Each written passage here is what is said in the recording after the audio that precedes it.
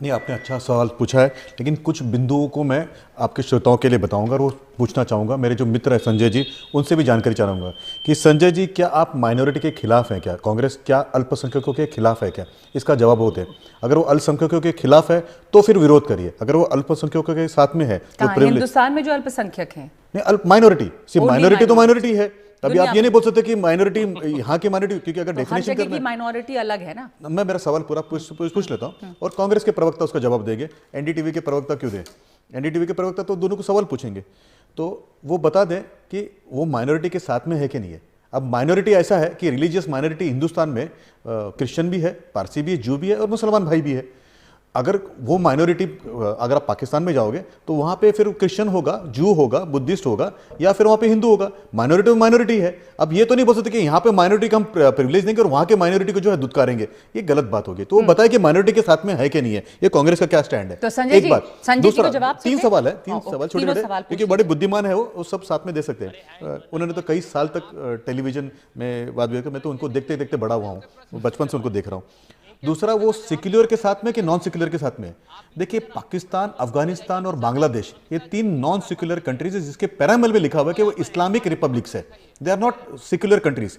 तो वो अगर वो अगेंस्ट है सेक्युलर के, तो बता दे लोगों को कि भाई हम सेक्युलर के खिलाफ है, इसके लिए जो सेक्युलर के खिलाफ है इस्लामिक कंट्रीज है उनको हम साथ देंगे, और हिंदुस्तान के अंदर भी फिर हम चेंज कर दे, कुछ और नाम दे दे हिंदुस्तान का भी। ये दो बात है। तीसरा, उनको नेहरू से प्यार है कि नहीं है, नेहरू ने जो बात की थी उसकी वो इज्जत रखेंगे कि नहीं रखेंगे, ये जरा वो बता दे। तो ये तीन बातें अगर मुझे समझा दे कि भाई नेहरू जी ने जब लियाकत भाई के साथ में बात की थी उसको हम रिस्पेक्ट करें कि नहीं करें। नंबर दो, माइनॉरिटी को जो प्रिविलेजेस इंडिया में मिलता है और जो उनको बेनिफिट्स होता है, अगर कहीं पे माइनॉरिटी जो है प्रोसिक्यूट हो रही है, प्रताड़ना हो रही है, तो दे करें कि नहीं करें। और मैं आपके एक खुलासा तीन चीज का और कर देता हूं। एक है ना, रिफ्यूजी जो होता है, शरणागति, अगर वो प्रताड़ित है तो उसको मदद करने की हमें जरूरत है।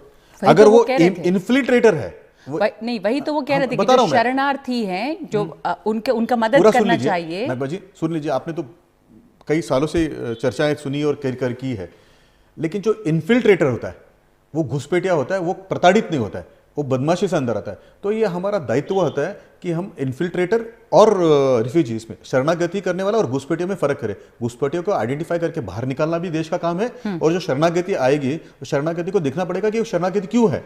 उदाहरण के तौर पे, अगर वो रिलीजियस प्रोसिक्यूशन है, उसके ऊपर अगर समझो धर्म के नाम पे उसके ऊपर अत्याचार हुआ है, तो उसको शरणागति देनी पड़ेगी।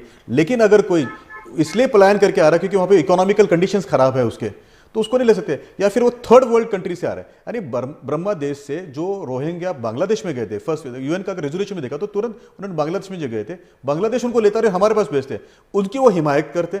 लेकिन वही बांग्लादेश में से जब वहां से कोई क्रिश्चियन माइनॉरिटी प्रोसिक्यूट होकर यहाँ पे आती है, उसका वो विरोध करते हैं। उनको क्रिश्चियनों से क्या दुश्मनी है, उनको बुद्धिस्टों से क्या दुश्मनी है, उनको सेक्युलर नाम से क्या दुश्मनी है, कांग्रेस मुझे समझा